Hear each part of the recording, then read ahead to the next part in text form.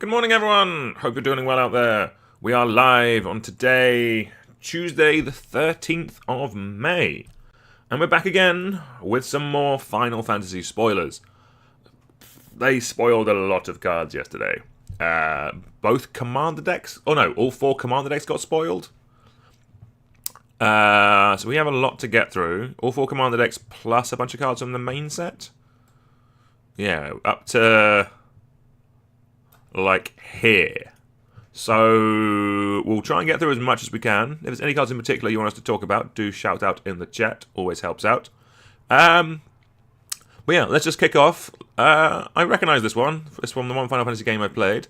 Let's talk about Barret, Avalanche Leader. It is 2 and a Gruul for a 4/4 legendary creature human rebel with reach. It has Avalanche, which is whenever an equipment you control enters, create a 2/2 red rebel creature token. At the beginning of combat on your turn, you may attach one target equipment you control to target rebel you control. This is pretty cool. Just it's nice that it's the one thing with Voltron decks, with like equipment-y decks, is that they often kind of struggle because it's quite easy for people to remove one creature from the game. People will have a removal spell if you've put all this mana and time equipping up one particular creature, and the moment it comes your way, it's quite easy for them to remove it. But what's nice about this is that it is giving you a board state, so you can go wide as well as going tall. And at the beginning of your commander turn, attach up to one target equipment you control to target rebel you control. This is a rebel itself. This is good. That's pretty solid. Just being able to cheat on equip costs in general in Magic is going to be great. It means you can run things like Colossus Hammer.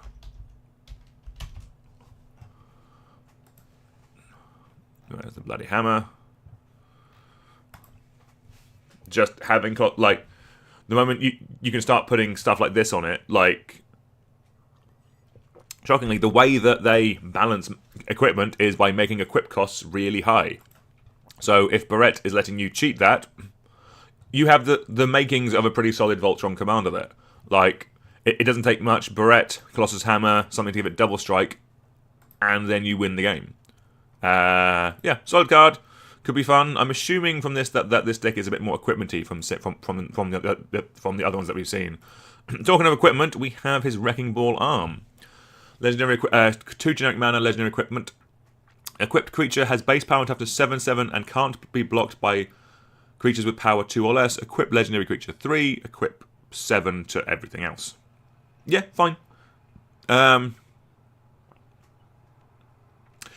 Obviously, this doesn't. Ratio-wise, 2 mana and equip 3 for a 7/7 with evasion. That's pretty good. This isn't going to see play in cubes or anything like that, or like obviously this will be vintage and legacy legal. These are from the commander. If you see the little Chocobo friend on the symbol, that's letting you know it's from the commander set. So fortunately, I don't have to worry about this in draft. But yeah, fine card. Let's go see what else there is. Again, shout out if any of these cards stick out to you in chat. We're just going to go through, see what we've got. The Warring Triad. 3 generic, 5/5, flying, trample, haste. Legendary artifact creature god. What's the downside? As long as there are fewer than 8 cards in your graveyard, the Warring Triad isn't a creature. But it has tap, mill a card, target player adds 1 mana of any colour. Oh, okay. So this is sort of a... Yeah, it's a Graveyard Matters card. Okay, this is fine. The fact that it's a creature in your bin, the fact that it's a artifact creature in your graveyard, if you do mill it, means that it does all the things that a self-mill deck kind of wants. Is a creature in the bin, so all your cards that care about number of creatures you control in your graveyard will like that. It's 2 types, so it'll buff up your Goyfs if you're doing the like Delirium style of deck. And it also mills you and ramping. Like, one of the things with these self-mill decks is that it can often the ramp doesn't synergize much with what the deck is trying to do, but this, yes, it's 3 mana. You can have one of them in a commander deck. You can have 3 mana bits of ramp. It's a manolith that also mills a card. solid. We like that, and that is fixing is pretty good. There are other cards that mill and add mana, like Millikanin and Deranged Assistant, but they both make colorless. So this making it this actually fixing in your maybe 2-3 plus color greedy mana based deck seems pretty solid. All right, so importantly, these are all the new cards that have been released. We have stripped out all the reprints. Let's keep going down. Conformer Shuriken. Legendary artifact equipment, 2 mana, equip 2. Legendary equipped creature has, whenever this creature attacks, tap target creature defending player controls. If that player has greater power than this creature, put a number of +1 counters on it equal to the difference. Ooh, that's pretty good. Seems fun in Commander. I like that it can take a small creature and just make it bigger. It is relying on your opponents having stuff, which isn't always the best. Like, basically, the number of hoops you have to jump through to make something good normally defines how good something actually is. So this might struggle just because it's like 2 mana or spending 4 mana on a creature to tap something down. I'm not super hyped by, but it's Commander. People will have bigger things if this allows you to get an attack or 2 in. Like it's a Shuriken. I don't want to say it belongs in a Ninja's deck, but Ninja's decks tend to have a lot of small evasive creatures with like 1 power, because you're hitting with like, it's death by 1,000 cuts. You're hitting with like individual things rather than lots of big things. But if this can make your unblockable 1/1 an unblockable 6/6 or something like that, I don't mind that. That's scarier. Right.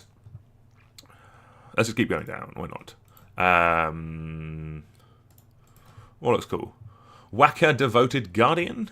2 and a Selesnya 4/4 legendary creature human warrior. Reach trample. Whenever Waka deals combat damage to a player, destroy up to 1 target artifact that player controls and put a +1 counter on Waka. Blitzball Captain. I have heard about Blitzball. At the beginning of your end step, if a counter was put on Waka this turn, put a counter on each creature you control. Okay. So +1/+1 counter style of deck. The added shatter is nice. People do have plenty of artifacts. This will just end up with you hitting their soul rings, their ramp, a bunch of times. But if you wanted to build this, you would just put in a bunch of other ways of putting counters on it. Because that's pretty solid. Basically, you kind of build it as it's a tokeny deck with a +1 counter sub-theme. Basically, you have things like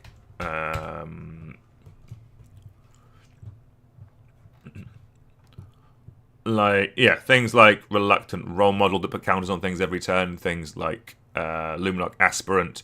Things like Siege Veteran, that kind of stuff. If you can repeatedly, like, you want to be guaranteeing you're putting counters on this every turn, because that's kind of this is where you're being paid off. This, like, growing a creature once a turn, you're fine. Shatter, you're fine. But putting a counter on your whole board, that's where things get kind of scary. Marvelous. Right, let's see what else we have. Right. Let's try and find the mythics, actually. Let's see from a power level point of view. Let's see what stands out.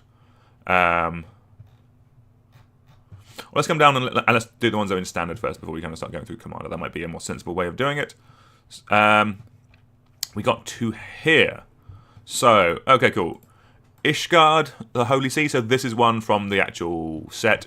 So this is our adventure land, our rare adventure land from the set in white.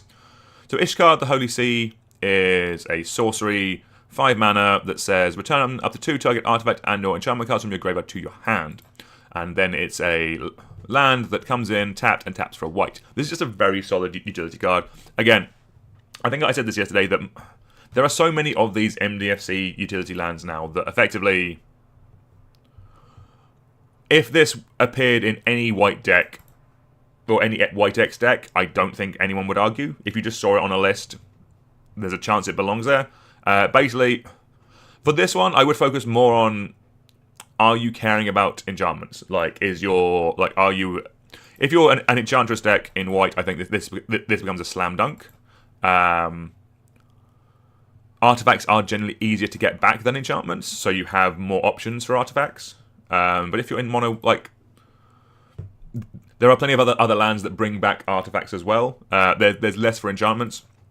So if you are doing anything in Enchantressy, I think becomes a slam dunk in any of those kind of decks. But it's just very solid utility. That's the thing. You don't actually need a use case for this. You don't need to be like self-milling.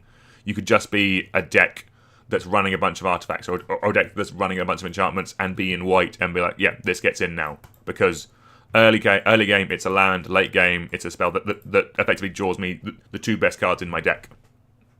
Pretty good. All right. What else do we have? There's only these 3 cards from the main set yesterday, so let's look at you. Matoya Archon Elder, 2 in a blue, 1/4 legendary creature, human warlock. Whenever you scry or surveil, draw a card. That's pretty good. Oh, and you draw after you scry or surveilled.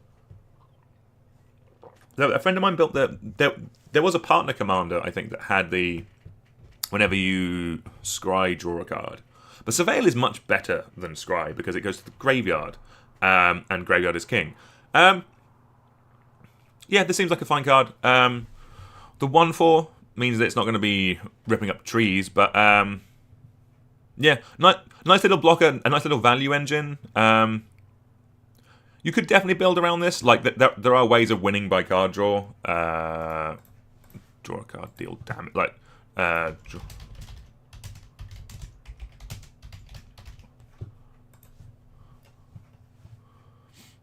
where like there is there's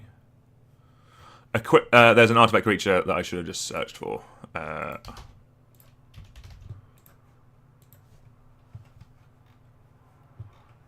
And it didn't appear. Love that for us. But yeah, there are ways of winning by card draw. There's like the thing that makes that makes 8/8 Krakens after you've drawn 8 cards. This is just effectively going to be just. Effectively, this is just like how you win with this deck is entirely up to you, because the point is everything in your deck draws you a card, so you can just draw to your engine. Whatever combo you put in, whatever Rube Goldberg machine you make, you can get to it with this. So, nice and flexible card. That's what this is. Another little affinity one. I do want to talk about affinity at some point. Talk about it again in terms of cube. Because affinity is very strong. And you see... So, this is a uncommon. And you do see, like, a lot of pauper cubes and a lot of peasant cubes have quite a deep affinity vein in them. A lot of the ones I played, they're like, meow, darling. Oh, the cat's coming. Marvellous. And here's another one. 5 blue, artifact, creature, construct, 5/4. Affinity for artifacts, flying, and when it enters, you surveil 2. So obviously, with affinity, you can really reduce the cost of this. I want to play around with affinity in my unpowered vintage cube, because affinity is very strong. Spending like 2 mana for this is very good, and the only bits you really need to add are a bunch more artifacts and some artifact lands. Here, we're talking about Final Fantasy, your favourite. Meow, darling. Yes. Everything is good in the world. Meow. Right. Let's jump back into the commander stuff. Let's see. Meow. This card I thought was cool. Do you like this one? Meow. Alright. Cloud Limits Break. 1 and a white, instant with tiered. So again, this is like the flexible kicker thing we looked at yesterday. Cross Slash. So 0 mana, destroy target tapped creature. So that's the additional part you play on top of the base cost of the card. So a total of 1 and a white, destroy target tapped creature. You can pay an additional white. So total of 2 and a white. For Blade Beam, destroy any number of target tapped creatures with different controllers. Or 1 and a white for Omni Slash, destroy all tapped creatures. This is a very cool and very flexible spell. I think this one could see a fair bit of play in Commander. I'm actually going to add it to my... I'll probably add it to my Treat Yourself cube. That is a cube that is a little slower, which... Games go longer, so having flexibility at different points in the game is pretty good. Where I think I have things that destroy target tap creature is like, for 2 mana, is kind of like the curve, the power level of that. This being an instant obviously means that you can kill it once after they've attacked, but not beforehand. This is pretty cool. I like this one. Just the flexibility of just destroying all tapped creatures. Like, that's only 5 mana to just destroy all the creatures coming at you. That's very flexible, and that's very good. Like, I don't think... The decks... Like, I'm assuming people must still be running Well, I'm not running it. The 4 mana Settle the Wreckage, destroy all attacking creatures. But they get a bunch of value with that. They go and get, like, it generally doesn't matter. But in Commander, it just lets them recast all their stuff. Like, Settle the Wreckage is a very strong and very terrifying card. This is only 1 more mana, but they don't get any of the stuff. Like, I don't get any lands to kind of to set themselves up for later turns. They're just gone. That's pretty good. I think I quite like this card. Like, 5 mana for that effect on top of everything else. Like, it's a 2 mana removal spell when you need a 2 mana removal spell. Because you generally, like, yes, it doesn't hit things like, I mean, it would, actually, it still hits like Kiki-Jiki because they have to tap it to use it. I'm thinking more like creatures that come in and just have like a static effect that kind of ruins you. Kind of like Elesh Norn. Elesh Norn can be like the way around, like, bad against kind of incidental removal, which kind of this isn't always. It isn't always like your opponent has to do something basically before you can kill them, which isn't always what you want. But I think this card's very strong. I'm looking forward to picking one of these up. All right. Yes, more cat. Let's have a look through. We have a graveyard card. So just there's 4 commander decks and not 1 Golgari card. This is dreadful. All right. Cyan Vengeful Samurai, 6 and a white for 3/3. Legendary creature, human samurai. This spell costs 1 generic less to cast for each creature card in your graveyard. It has double strike, and whenever one or more creature cards leave your graveyard, put up on counter on Cyan.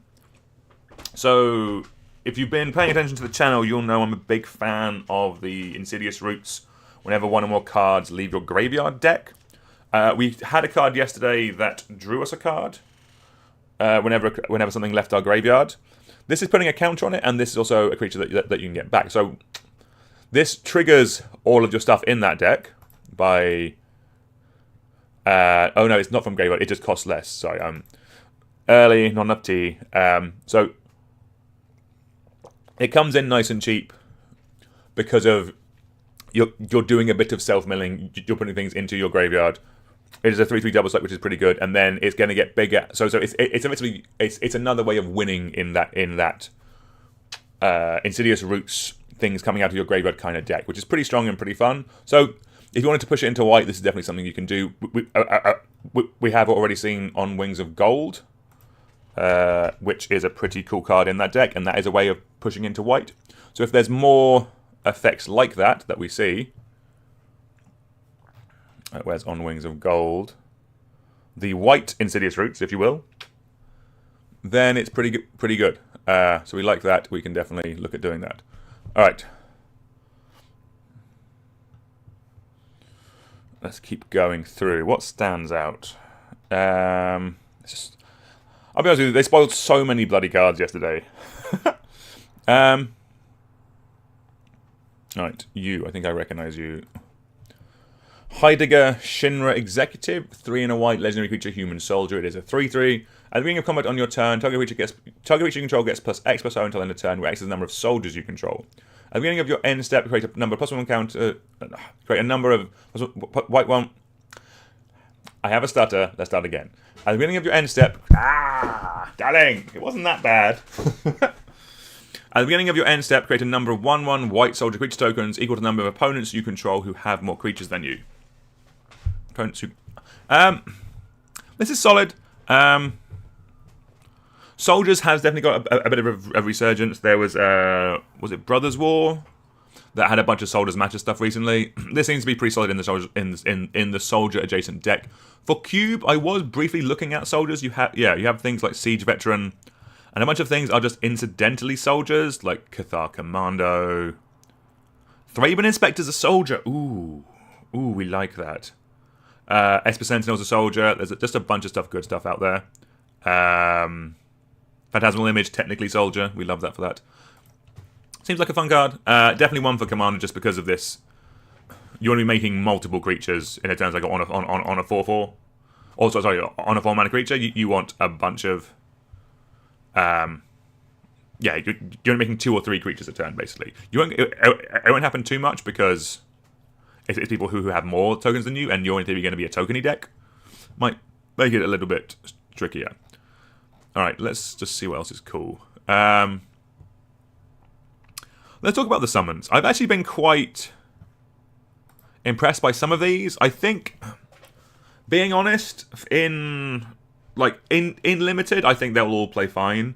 In other formats like Cube and Commander, I don't think I want to play one unless it's got at least four chapters. I want to be able to attack twice with it, because this kind of the gimmick with these is they come in, they give you the effect, then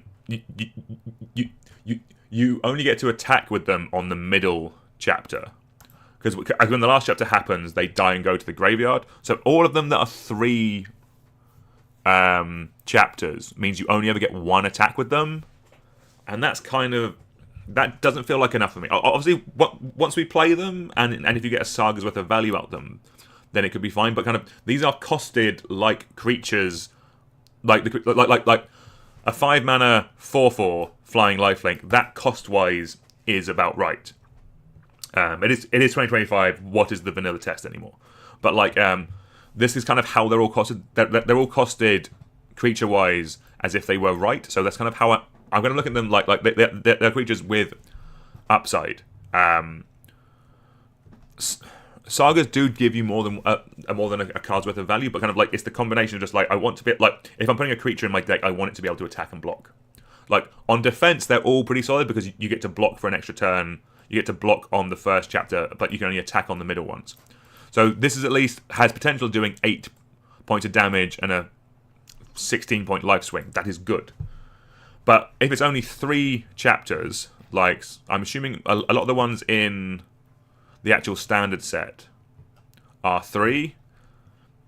Like here, you see, this is 3. I'm less excited by these just because I only ever get 1 attack with it. That's not as good for me.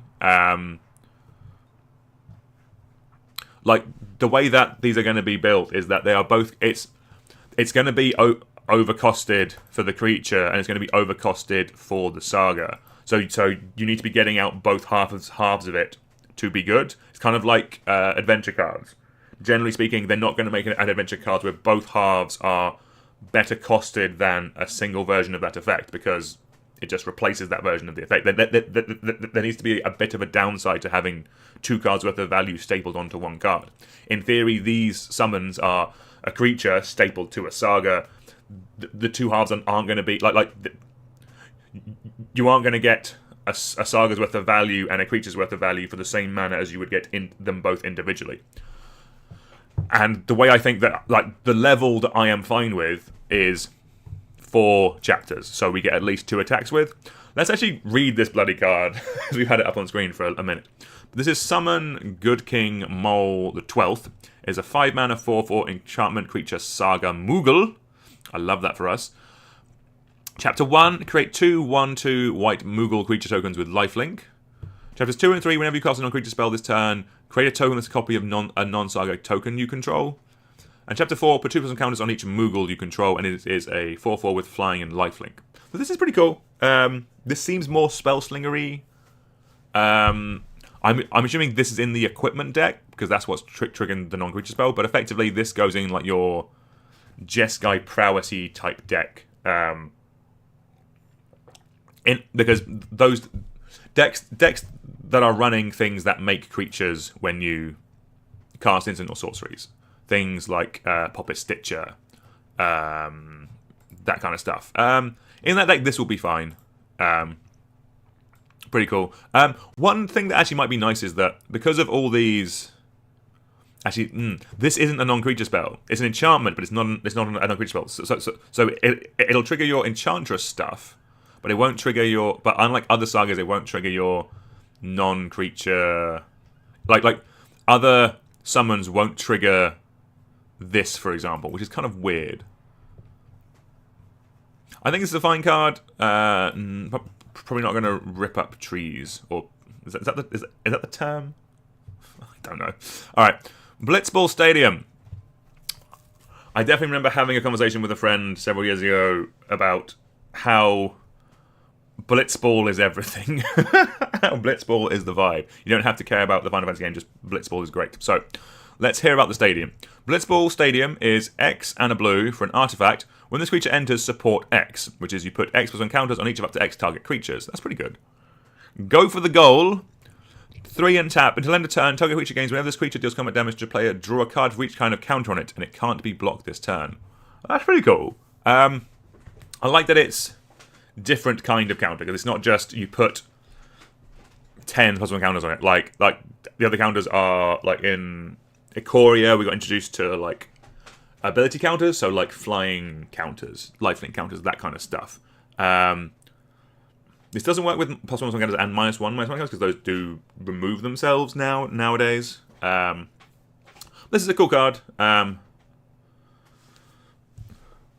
Anything like this, whenever the creature deals combat damage to a player, draw a card for each kind of thing on it. I like that. I love coastal piracy effects. The one thing with those is that generally coastal piracy effects only reward decks that are going wide. This is a coastal piracy effect that rewards you for going tall. It rewards you for Voltroning up a creature. So like let's look at. So this kind of stuff is what I mean. Like, there'll be things that put lifelink counters. Like Arwen comes in with an indestructible counter on it. There's a bunch of different ways of doing this. Put a lifelink counter on target non-human creature you control, for example. This, like, not specifically this card, but this type of effect would be what you would be looking to run with Blitzball Stadium. If there's a whole deck built around it, then that's pretty cool. I do quite like the look of that. Ooh. This card's a vibe. Ooh, is it? Ooh. So it looks like one of the decks does care about mucking around with counters, which is pretty fun. So this one I quite like. Akoa, Traveling Merchant, Legendary Creature, Human Citizen. Remove a counter from a non-land permanent you control, draw a card. So this is not just... So the base level of this is you're using... You put it in a +1 counters deck. You're using +1 counters on your creatures as like batteries to draw a card. But why this is actually good is re-triggering sagas. If you remove, it says just remove a counter. It doesn't say it has to be a specific type of counter. So you could remove a counter from your Moogle here to mean that it never ultimates.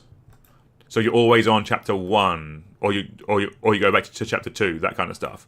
That is very cool. There's a commander from New Capenna that was very cool for this type of deck. Why not just do the Falco? A good friend of mine built Falco as this kind of deck.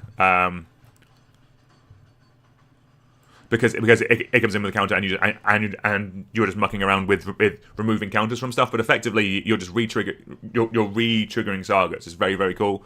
James in one of the gameplays of his video also did remove a counter from Kamigawa block. Like if you go like Chisei, like you can go really deep on this. There is a lot of stuff that rewards you for removing counters or storing counters or removing like the fact that they're printing a bunch of cards for it is very strong. And this one just draws you a card. This is kind of filling a gap. This is actually very cool. If this is the way they're going with one of the decks of this, then I'm really up for that. Ooh. So they've power crept. What do you call it? We've seen this card before. Hermes, Overseer of Elpis. 3 and a blue for a 2/4. Whenever you cast a non-creature spell, create a 1/1 blue bird creature token with flying and vigilance. And whenever you attack with one or more birds, scry 2. Wow, they've really power crept that card. Cast, create bird, blue creature. Murmuring Mystic.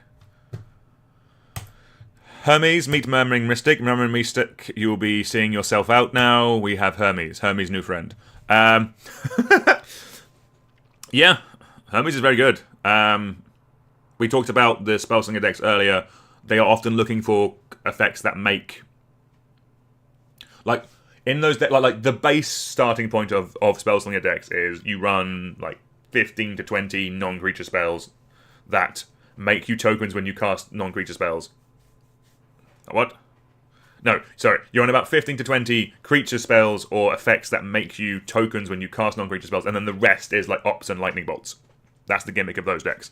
And basically, the point is, you play one of these, then you play every opt in your deck, and you just make bodies when you do that. But the fact that they also now have Vigilance, the tokens. You have 1 extra point of power, and it now scries you 2?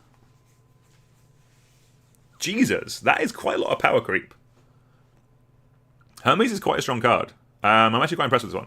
It is it's not just the tokens are better. It's not just 1/5 over 2/4. We'll call that even, but just like upgrade here, and it can be in the command zone now.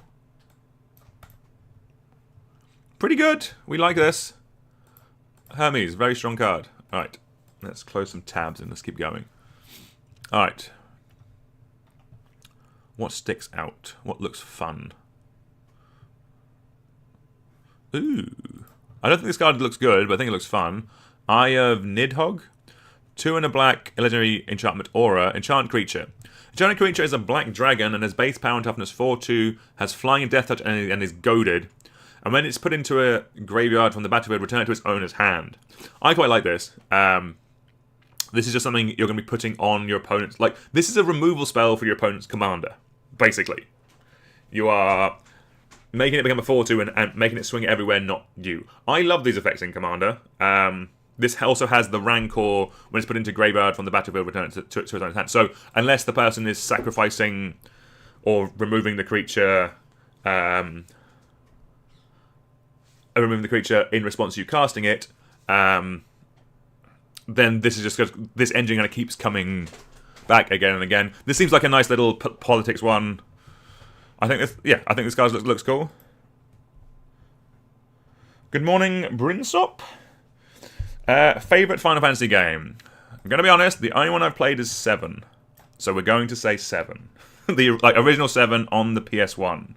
I think I've told this story before on this channel that I spent hours playing it as a kid, and then got to this point where I had to climb up this pipe, and for whatever reason, I think I got my copy from a car boot. So I don't know if the disc was scratched or anything like that, but I could not get past this pipe. I couldn't past it. I couldn't climb like higher than I needed to. So I spent like weeks on this.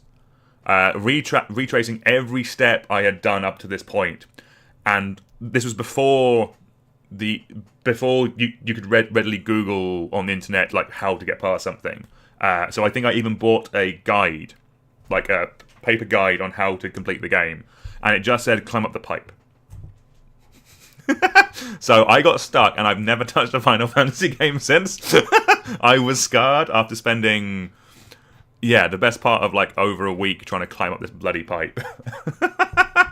So I tried, but a scratch on a copy from a car boot sale. Yeah, that stopped me continuing on with Final Fantasy. Don't bring up teletext. That's lovely little teletext. Right, we've got about 25 or so minutes. Let's crack in with this page. I'll kind of skim them, and then we'll kind of go into ones that we think look cool. I heard people talking about this one yesterday. What do you do? Siegfried, famed swordsman. 3 and a black legendary creature, human warrior rogue. It is a 2/2 with menace. When it enters, mill 3 cards, then put X on counters on Siegfried, who X twice the number of creature cards in your graveyard. This is pretty cool. I don't think you're going to be running this as your commander unless you really like this card, like or this character. But this could be pretty big. Yeah, like in Commander, there are plenty of other effects that that come in and are big because of the number of stuff in your graveyard. But this does actually seem to be quite on rate. Like this does nothing by itself. Oh, actually, it does. Sorry, it does. It's a 4 mana to that does mill you some cards. Maybe I'm high on this card. Like, if you want to be like, I like that this is making you just be more aggressive. Like one of the things with graveyard decks is that you can just be working on the engine. You can be like, I'm just going to keep milling, I'm going to keep milling, and then eventually I'll do something. This is actually making you do something.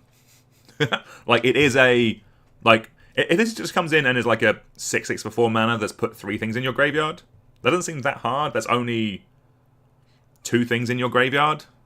If you're running stuff like Stitcher Supplier, and you should be, and like the State Away Finder and the State Away Wayfinder from this set, I think this is alright, actually. It is like it's making you do things in Commander that involve attacking, and I like that. Yeah, fun card. I don't think it's going to pull up trees. Pull up trees, that's the saying. Marvellous, we've nailed it. But yeah, I think it's solid. Alright. Dog card. Interceptor, Shadow's Hound, 2 black, 4/3 legendary creature dog, menace. Assassins you control have menace. Whenever you attack with 1 or more legendary creatures, you may pay 2 in a black. If you do, return this card from your graveyard to the battlefield tapped and attacking. That's pretty cool. I like that. Yeah, creatures that then come back from the graveyard I do quite like. Assassins you control have menace. Just for this on a body point of view, I think you do. If this is getting in a commander deck, you do need to care about this. So maybe this is one more for the Assassin's Creed fans out there, I guess, because that's generally where. Or there is Ramses, Ramses, Lord of Assassin Lord, that kind of thing.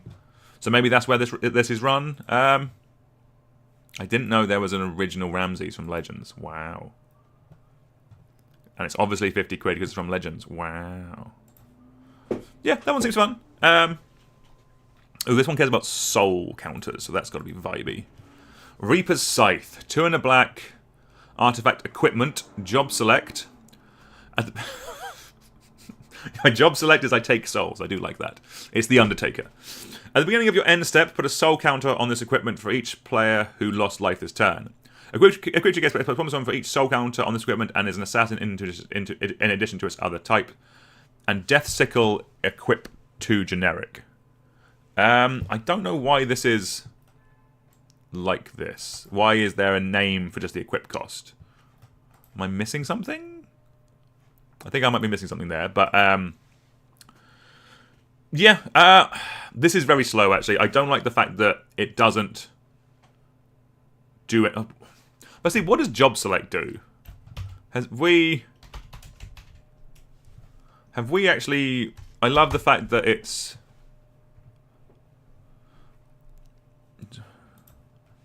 Oh, Job Select makes a 1/1 when it comes in. Is that what it is? Can we... Draftism, can you bugger off and just give me the... Right, I love the fact that... Oh, will you go away, Draftism? Job Select appears... Alright. Right, okay, it's Oh! That makes it better. It comes in with a creature attached to it. So Job Select means you get a 1/1 hero with it. So okay, so this is a 3-mana 1/1 itself. Okay, I am slightly higher on that. I do like the living weapons. I do like the Famiridon stuff. It makes these equipments a bit better. That is... It just saying the word Job Select and it's expecting us to know what that is. I hate that. So I won't be running this card just from a pure mental capacity point of view, because we definitely skipped over that a bunch. Yeah, this is this feels a bit slow for me. The fact you do not get a counter until you have dealt damage or someone's lost life on your turn, like there'll be ways of triggering this, and then it does come up a bit of a rolling engine, but I'm not super fussed by this if I'm honest with you. And the Job Select part actively annoys me. There's too much stuff I need to pay attention to anyway. That's just another thing. Ooh, okay. Oh, we have some cards for standard here. Anyone stick out?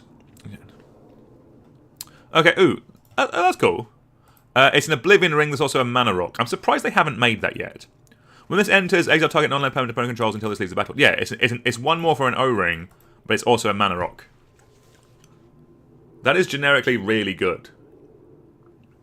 I think if you're a white deck, like mono white deck in Commander, I think you consider this now.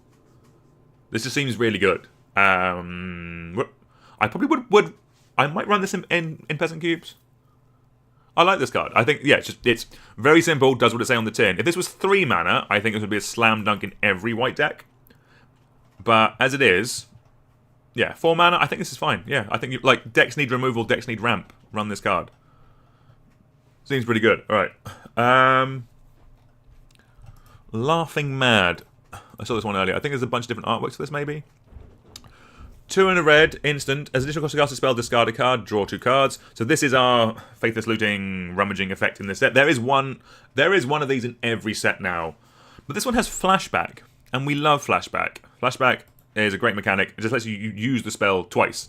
Yeah, Flashback for 3 and a red. This effect being on an instant might mean it's worth the 3 mana. Normally, I want to be spending 1 mana for this effect on Faithless Looting, and then I will begrudgingly spend 2 mana on this effect for every other Faithless Looting effect. This is the rummage. You do have to pitch the thing before you draw the cards.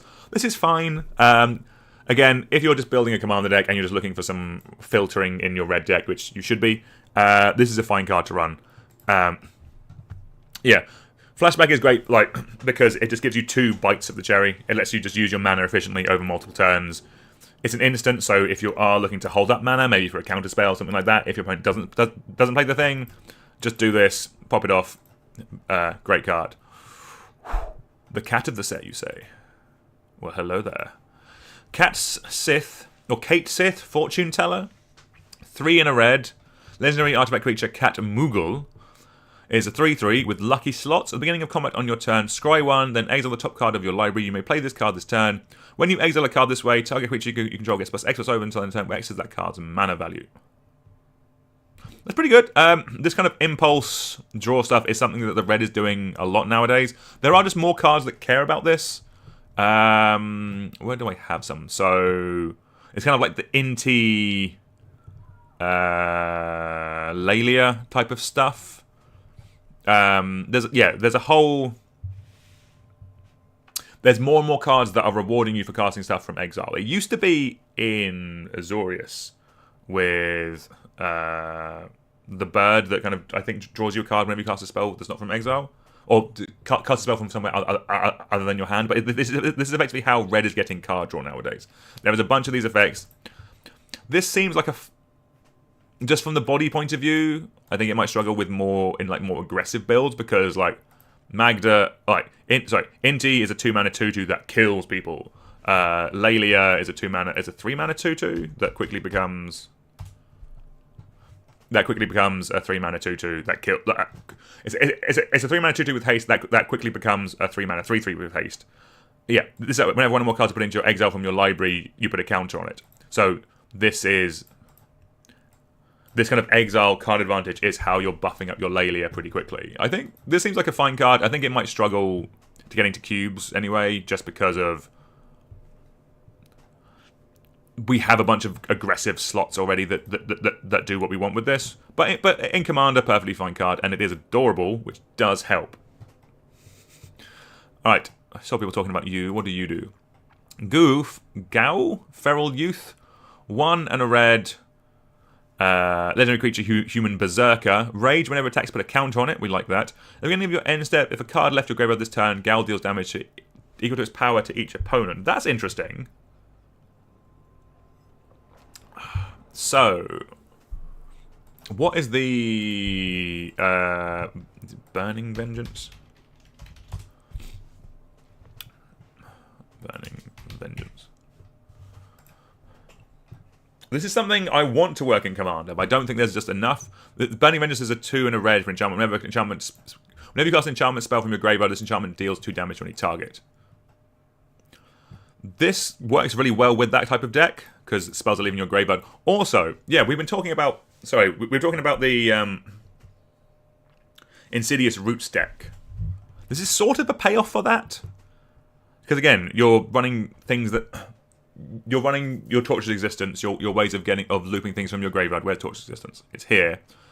So this is how we have an engine of things moving things around our graveyard. We have our Insidious Roots as an engine for this card, rewarding us when things are leaving our graveyard. We now have Tevel in the 3-color slot. we've seen effects from white, but we haven't seen an effect from red yet. Beginning of a card left your graveyard this turn, don't damage each opponent. That's pretty good. That's interesting. It's the red version of this effect. I like that we now have every color giving us a version of this effect of if a card left your graveyard this turn. I genuinely really like the fact that they are taking Magic design in that direction, because for years I've said this before on this channel, just basically graveyard decks were put stuff into graveyard and that is it. Like, maybe bring one or two things back and you're rewarded for the things you bring back, like by reanimating a big thing. Whereas this is lots of incidental value for moving things around, for playing the game. Like, this rewards you when you, like, trigger a delve spell, when you, like, play a land from your graveyard if you have, like, a crucible effect, that kind of stuff. This is pretty good. I quite like this. And while this effect might not be worth putting it into red, this might not be worth making the Insidious Roots deck a Jund deck. It at least is opening the door for cool bits in the future. So yeah, I'm glad they printed this. I think it could be quite fun. Right. But yeah, if we have Flashback in the set, this is kind of where we're going with that. Oh, sorry, Gao is a... what do you call it? A commander-only card. Which is fine.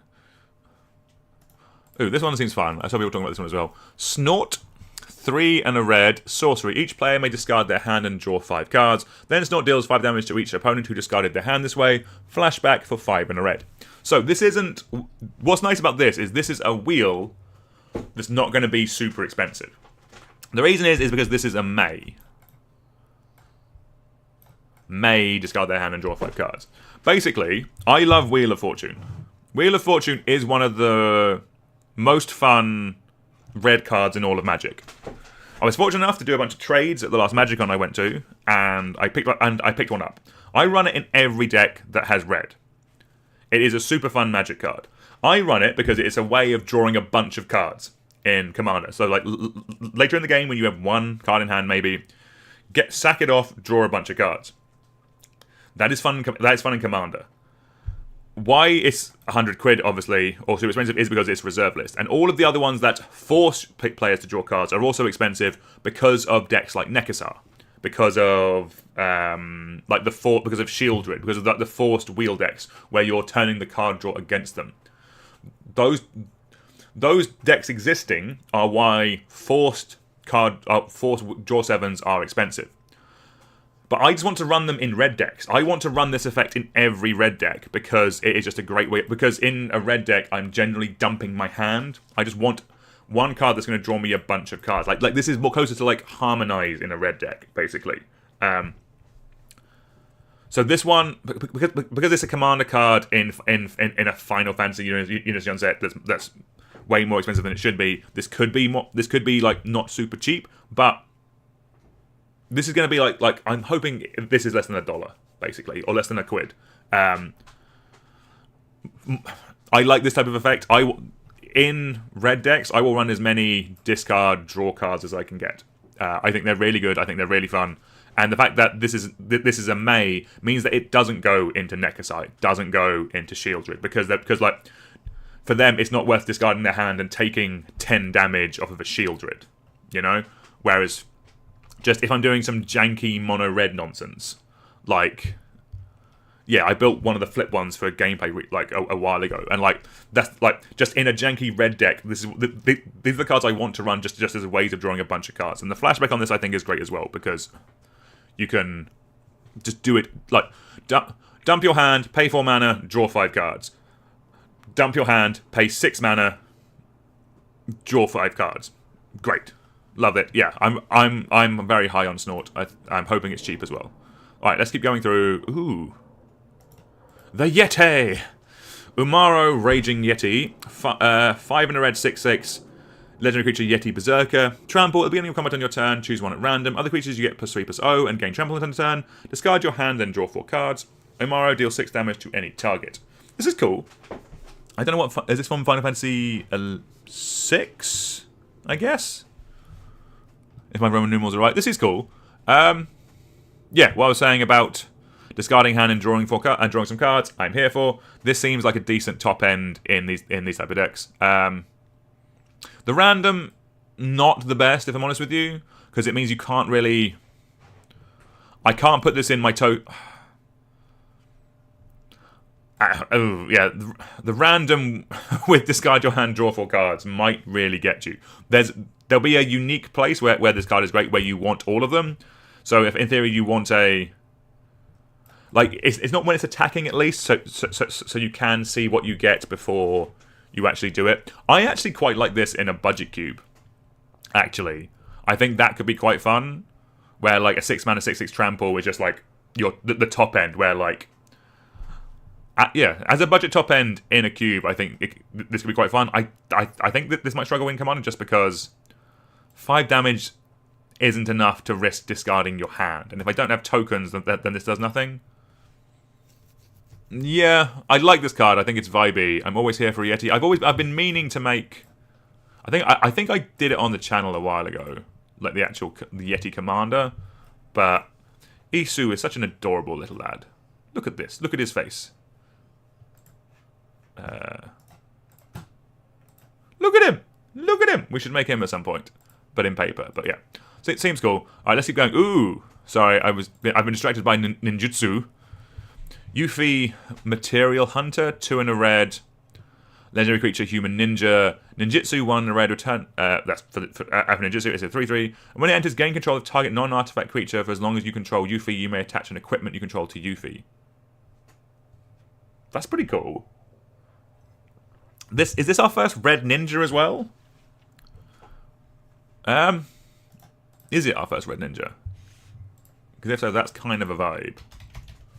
Yeah, a threaten effect on equipment is cool. Yeah, it's our only red ninja. That's cool. So, base case in Commander, you're stealing their Soul Ring, which I think is kind of funny. I'm here for that. If you do get an equipment, then you're very happy, but I think this is more just 3 mana... Or it's a 2-mana ninjutsu, re-trigger an ETB effect, steal rock early game or late game. I know people do run big dumb artifacts in Commander. This is cool. I like this card. I like cards that muck around with our opponent's game plans, that aren't like destroy all their lands. You know? Seems pretty fun. I've got about 5 minutes or so left, so let's... Ooh, there's so many to get through. What we'll do... So yeah, we'll do a few more today. Let's do some green ones. But I think... I think I recognise you. What I'll do is I will kind of go through them and kind of cherry pick them a bit more for tomorrow, I think. There was so many cards today. We need to do a deep dive in this properly, because it's like 100 or so cards previewed yesterday. We only have an hour, I'm afraid. Again, I need to wake up, get ready, do the show, and then start the day job. So we only have a limited amount of time. Let's. I saw people are looking at these ones. So, Sphere Grid, 1 and a green, enchantment. Whenever a creature you control does combat damage to a player, plus a counter on that creature. Ooh. Unlock ability. Creatures you control with +1 counters on them have reach and trample. This is cool. I really like this. Just a way of repeatedly putting counters on your creatures is always going to be good. You do need them to get through. Flavor-wise, this kind of works for me. Like, unlock abilities. Like, it's effectively once they get the counter, they've leveled up. That's very literal. I do quite like that. Realistically, I do want this to be the other way around, though. I want them to have trample and then... Because basically, once they have the ability, they're more likely to push through for damage and then get more counters. But if you have ways of like evasive creatures, like in an Edric deck, perhaps this is quite good in Edric actually. Whether Edric needs more help, I don't know. But Edric Flying Men, where you're just running this and a bunch of evasive cheap creatures that, if they can grow, will kill your opponent twice as quickly. This seems pretty cool. If there's room in Edric deck, maybe you can cut one of your extra turn spells for this. Hey ho. Alright. Budigen? Bug-Hagen, Wise Elder. Is this lad from Dragon Ball Z, or are they inspired by the same artwork or the same type thing? 1 and a green, legendary creature, human shaman. Reach, and at the beginning of your end step, if you control a creature with power 7 or greater, draw a card, and it has tapped, add 1 mana of any colour. Cool, so this is a mana dork for the beef deck. Are you a green deck that's ramping or cheating into play a bunch of beef? Well done, you now have a card. Yeah, there is one of these in every set nowadays, like a 2 mana dork that taps for any colour of mana, and you basically flavour it how you want. Like, if you care about counters, you run Biophagus. There's one of these in every set now. If you're in a deck that like you can really customize this how you want. They will keep making these with set mechanic or things to work around different types of decks. This is the one that cares about a bunch of power and toughness. All right, does any of these quickly stand out to me? I'll talk about you because I think you're an important character. Yeah, let's talk talk Aerith, Last Ancient, for our last card of the day.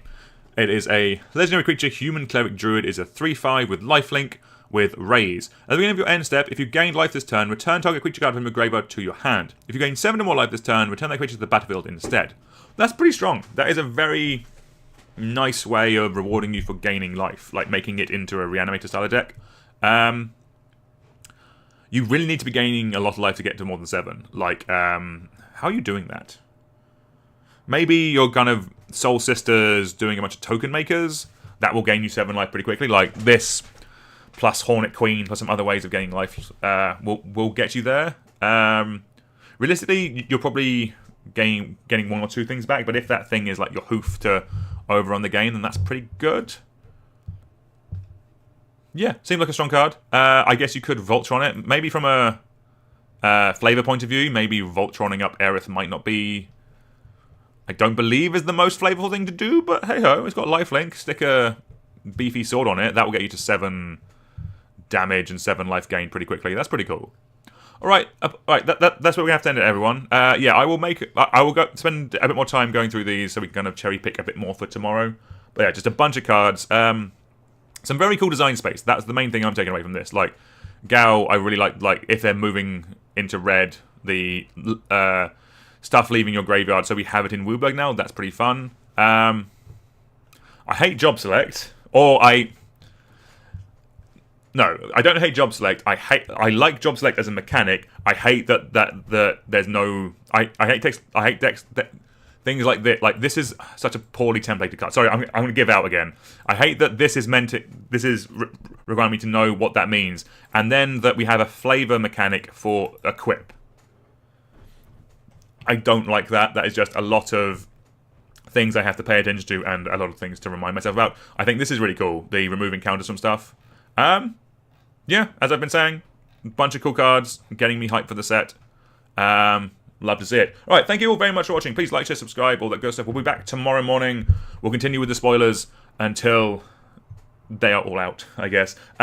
Also, do let me know what decks you want me to build on this set. There are so many legendary creatures. That's kind of one of the reasons why this is a little tricky, because there are so many legendary creatures with a wall of text to kind of pass and get through. Let me know what you want me to build on the set. I am taking notes. I'm taking, like, I read all comments, even if I'm bad at responding to people. That's just me being bad at that kind of stuff in general. But yeah, all greatly appreciated, and we will catch you all tomorrow. Goodbye from me, goodbye from the cat. Cheerio, take care, goodbye.